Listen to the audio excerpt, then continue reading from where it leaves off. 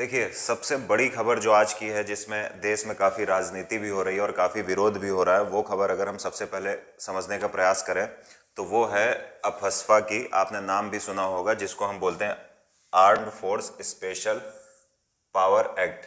ठीक है ना। अब न्यूज़ क्या है, न्यूज़ को हम समझ के फिर आगे बात करेंगे।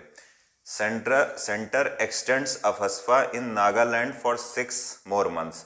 केंद्र सरकार ने यानी गृह मंत्रालय ने एक नोटिफिकेशन के थ्रू नागालैंड में, जहां पर पहले से ही अफस्पा लगा हुआ है यानी armed force special power act 1958 लगा हुआ है, उसको फिर से 6 महीने के लिए बढ़ा दिया है। देखिए आगे लिखा होगा 6 मंथ्स। अब इस 6 महीने को बढ़ाए जाने के पीछे काफ़ी राजनीति भी हो रही है और नागालैंड के कुछ विशेष ग्रुप्स हैं जो इस बात का विरोध कर रहे हैं। तो हम राजनीति में नहीं पड़ेंगे कि कौन क्या बोल रहा है, हम सबसे पहले ये देखेंगे कि अफस्पा का मतलब क्या है और ये कैसे भारत में आया या भारत के कानून की जो भी किताब है उसमें ये सम्मिलित किया गया। तो चलिए समझते हैं कि ये armed force special power act है क्या। देखिए, अगर ये आप देख रहे होगे तो थोड़ा बहुत आपको अंदाजा लग जाता है कि आर्म्ड फोर्स यानी सेना से या मिलिट्री पर्सोनल से रिलेटेड ये कानून है। तो चलिए समझते हैं। देखिए, इसका थोड़ा सा हम बैकग्राउंड समझ लेते हैं इस कानून का। हमको पता है कि अंग्रेजों ने हमारे देश पर शासन किया था लगभग 200 साल तक, और जब उनको हम भगाने के लिए बहुत सारे प्रयास कर रहे थे, तो उन प्रयासों में जब हम अपने अंतिम चरण में आ गए तो वहाँ पर एक बहुत बड़ा मूवमेंट हुआ था, क्विट इंडिया मूवमेंट, अंग्रेजों भारत छोड़ो 1942। अब क्विट इंडिया मूवमेंट को दफन करने के लिए अंग्रेज कुछ विशेष प्रकार के कानून लेकर आए थे, और वो कानून कुछ ऐसे ही थे कि किसी भी व्यक्ति को गिरफ्तार किया जा सकता है, किसी भी संपत्ति को गिराया जा सकता है, कहीं पर भी जांच की जा सकती है बिना वारंट के। तो ये कानून अंग्रेज लेकर आए थे क्विट इंडिया मूवमेंट या भारत छोड़ो आंदोलन के दौरान। अब क्या हुआ, जब भारत आज़ाद हो गया तो हम देखते हैं कि 1947 में 1947 में भी इस कानून को 4 ऑर्डिनेंस या अध्यादेश के माध्यम से बनाए रखा गया। 1948 में इस जो 4 ऑर्डिनेंस 1947 में बनाए गए थे, इन 4 ऑर्डिनेंसेस को एक कानून का जामा पहना दिया गया, यानी 1948 में एक विशेष प्रकार का, इसी प्रकार का कुछ मिलता जुलता कानून बनाया गया। 1958 में पहली बार जो अभी ये कानून है armed force special power act, ये बनाया गया। तो ये कानून सबसे पहली बार कब बनाया गया था? 1958 में। यानी अगर फिर से एक बार क्रक्स में डिस्कस करूं तो सबसे पहले क्विट इंडिया मूवमेंट के दौरान अंग्रेज कुछ इस प्रकार का कानून लेकर आए थे। भारत जब आज़ाद हुआ तो भारत की सरकार ने 4 ऑर्डिनेंस या अध्यादेश के माध्यम से इसको जारी रखने का प्रयास किया 1947 में। 1948 में इसको कानून का जामा पहनाया, यानी कानून का रूप धारण कराया, और 1958 में यानी 48 से 10 साल बाद पहली बार जो अभी कानून है वो बनाया गया, यानी armed force special power act. तो उम्मीद है ये चीज़ आप लोग समझ पाए होंगे। अब हमने थोड़ा सा बैकग्राउंड समझ लिया, अब हम समझते हैं कि ये आखिर कानून है क्या। तो देखिए, ये एक ऐसा कानून है जो बहुत सारी शक्तियां देता है आर्मी पर्सोनल को डिस्टर्ब्ड एरियाज में। यानी फिर मैं बोल रहा हूँ, ये एक ऐसा कानून है जो सैनिकों को डिस्टर्ब्ड एरिया में, डिस्टर्ब एरिया क्या होता है?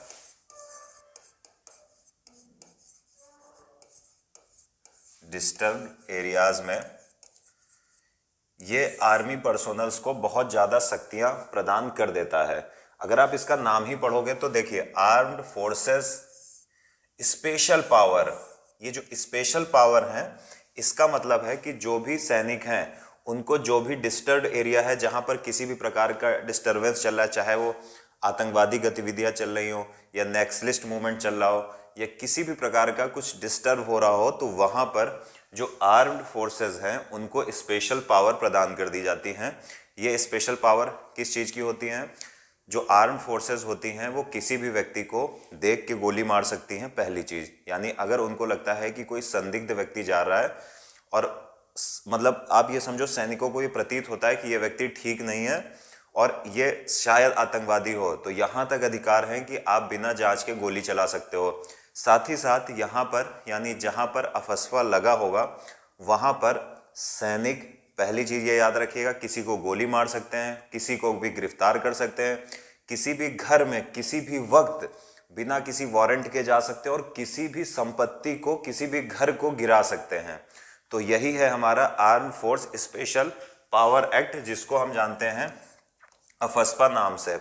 अब अगर हम इस चीज की बात करें तो हम देखेंगे कि सबसे पहले 1958 में जब ये कानून प्रकाश में आया तो सबसे पहले नागालैंड में जो नागा हिल्स वाली, अभी आप देखते हो कि पहाड़ियां हैं, वहां पर सबसे पहले कुछ ऐसी आप समझ लो कि छोटी मोटी हिंसक गतिविधियां हो रही थी। तो 1958 में नागा हिल्स वाली पहाड़ियों में सबसे पहले इफेक्ट में ये आया था। अब सबसे विवादित मुद्दा यहाँ का क्या है? इस कानून का सबसे विवादित मुद्दा है कि आखिर ये डिस्टर्ब्ड एरिया क्या है, यानी विवादित क्षेत्र या डिस्टर्ब एरिया जहां पर इस किसको माना जाए, यानी कौन घोषित करेगा। क्योंकि ये बड़ा आप समझो कि सब्जेक्टिव मैटर है कि हो सकता है जिस क्षेत्र को मैं विवादित क्षेत्र मान रहा हूं वहां पर आप उसको कह रहे हो कि नहीं, वहां पर मेरी सरकार के द्वारा लोगों का शोषण किया जा रहा है और लोग उसका विरोध कर रहे हैं।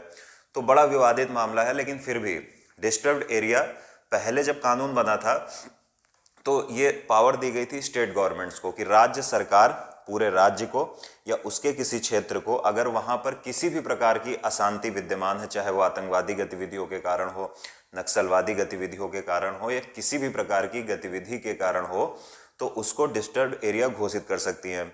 लेकिन आगे चलकर जैसे ही कालक्रम आगे बढ़ा तो इस कानून में एक संशोधन किया गया और संशोधन करके केंद्र सरकार को भी सम्मिलित कर दिया गया। मतलब अब राज्य सरकारें और या केंद्र सरकार दोनों के पास ये पावर है कि वो पूरे राज्य को या राज्य के किसी एक क्षेत्र विशेष को डिस्टर्ब्ड एरिया घोषित कर सकती हैं। जब भी केंद्र सरकार का मतलब होता है तो सिक्योरिटी से रिलेटेड जहां तक ज़्यादा मामला आता है तो होम मिनिस्ट्री के द्वारा नोटिफिकेशन रिलीज किया जाता है। तो मतलब क्या हुआ कि भारत सरकार के अंतर्गत होम मिनिस्ट्री या गृह मंत्रालय जो है वो डिस्टर्ब्ड एरिया घोषित करता है। तो उम्मीद है ये अफस्पा के बारे में आपको नॉलेज हो गई होगी, क्योंकि हमने इसके सारे डायमेंशंस या पहलू कवर कर लिए हैं।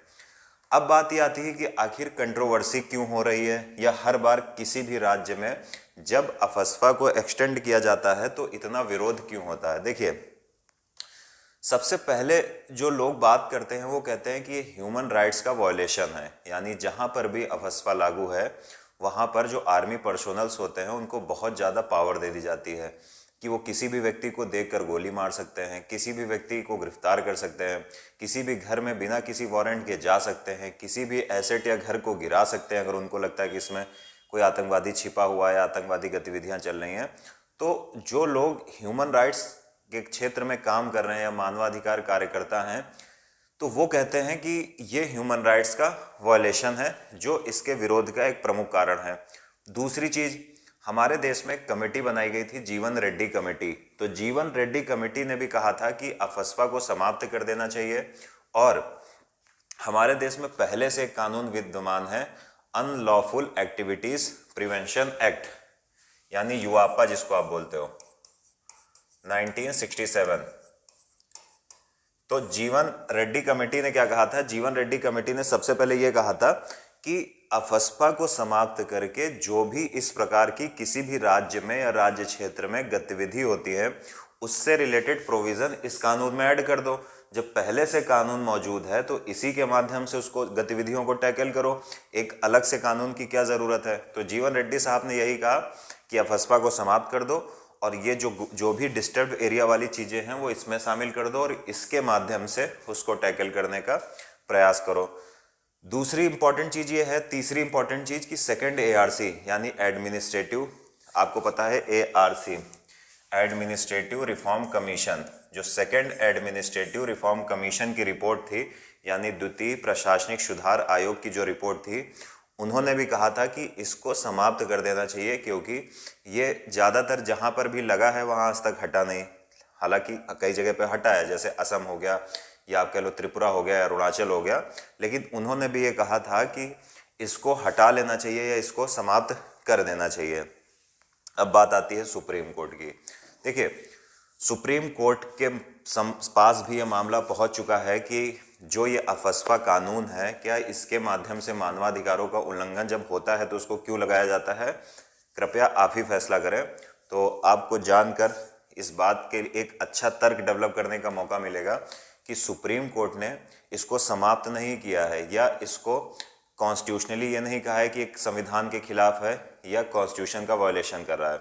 सुप्रीम कोर्ट ने साफ साफ कहा है, यानी सुप्रीम कोर्ट ने इसकी कॉन्स्टिट्यूशनल वैलिडिटी को बनाए रखा है और सुप्रीम कोर्ट ने कहा है कि इसका प्रयोग करने से बचना चाहिए और जो भी आर्मी पर्सोनल्स हैं जो इस कानून के तहत किसी डिस्टर्ब्ड एरिया में अपनी सर्विस दे रहे हैं, उनको बहुत ही कम पावर यूज़ करना चाहिए, मतलब बहुत ही मिनिमाइज जो पावर हो सकती है जिससे मामला पकड़ में आ जाए वो प्रयोग करना चाहिए। लेकिन सुप्रीम कोर्ट ने इसकी जो आप कह लो कि कॉन्स्टिट्यूशनल वैलिडिटी है, संवैधानिकता है, उसको बनाए रखा है और ये बिल्कुल नहीं कहा है कि ये संविधान के खिलाफ है, क्योंकि अगर आप देश की बात करते हो तो वहाँ पर सिक्योरिटी भी एक बहुत बड़ा मुद्दा है, लॉ एंड ऑर्डर भी बहुत बड़ा मुद्दा है।